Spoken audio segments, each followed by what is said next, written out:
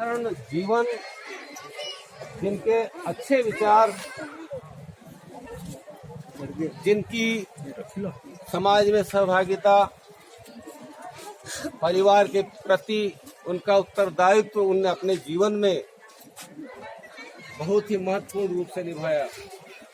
मैं ये नहीं जानता कि वो कितने पढ़े लिखे थे, परंतु स्वाभाविक रूप से मैं जाकर ये समझना चाहता हूँ शायद वो कम पढ़े लिखे हैं, इसके बावजूद भी उन्होंने अपना कर्तव्य का पालन करके अपने परिवार को शिक्षा से जोड़ा। आज हमारे सामने उदाहरण प्रस्तुत है। यदि वो चाहते तो वो भी कृषि कार्य में लगा देते या मजदूरी में लगा देते, तो ये मौका हमको देखने को प्राप्त नहीं होता। आज उनकी संतान अच्छी पोस्ट पे कार्य कर रही है शिक्षा विभाग में रह करके। दूसरा, उनकी जो संतान है वो भी सुसंस्कारित है, क्योंकि मैंने एक एसएफ में पुलिस में है, तो ये बहुत बड़ी महत्वपूर्ण स्थिति में है और हमें उनका बहुत बहुत धन्यवाद करना चाहिए, जिन्होंने अपने जीवन में दुख उठा करके अपनी संतान को आगे बढ़ाया। और ये संकल्प हमें भी लेना होगा कि हमें अपनी संतान को आगे बढ़ाने के लिए शिक्षा से जोड़ना ही है।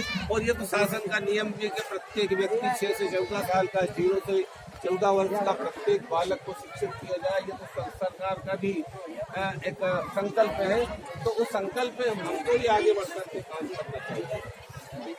इन्होंने 4 पंक्तियों के विषय में कहना चाहूंगा कि वो व्यक्ति ऐसे हैं, ईमानदार, कर्तव्यनिष्ठ, समय के पाबंद, परिवार के प्रति एक महत्वपूर्ण भूमिका निभाने वाले व्यक्ति। उनके विषय में कुछ पंक्तियां कहना चाहूंगा कि जिंदगी के अंधेरों में वो एक मशाल थे। मशाल का मतलब प्रकाश फैलाने वाले। जिंदगी के अंधेरों में वो एक जलती हुई मशाल थे और मुसीबतों से बचाने को वो परिवार की एक ढाल थे। मुसीबतों से बचाने के लिए वो परिवार की एक ढाल थे। यहाँ जी पाए थे वो अपनी जिंदगी अपने हिसाब से। वो एक सामान्य शख्स नहीं थे, वो आम शख्स नहीं थे, बल्कि त्याग की एक मिसाल थे। उन्होंने अपना जीवन समर्पित कर दिया, न्यौछावर कर दिया परिवार के लिए।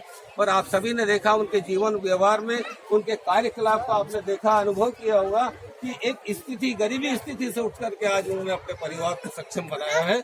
तो मैं आप सभी की ओर से उनको बहुत बहुत धन्यवाद देता हूँ और उनसे प्रार्थना करता हूँ परमात्मा से, दीन बंधु के साथ से, कि उस जीवात्मा को, मैं स्वर्ग की कल्पना नहीं करता कि वो स्वर्ग में जाए। स्वर्ग वाला तो वापस आता है, कुछ समय के लिए पद है और कुछ समय अपना पुण्य समाप्त हुआ, स्वर्ग से वापस आपको नीचे भेज दिया जाता है।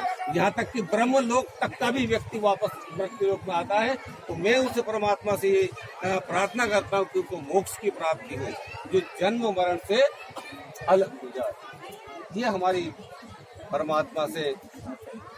दूसरी बात, मैं यहाँ पर सभी बुद्धिजीवी लोग हैं, उनके आगे मैं तो छोटा सा व्यक्ति हूँ। आप सभी जानते हैं कि कोई भी कार्य हम करते हैं, किसी भी कार्य को करने से पहले हम विचार विमर्श करते हैं, परिवार में तर्क वितर्क करते हैं कि हमारा कार्य सफलतापूर्वक संपन्न किया जा सके।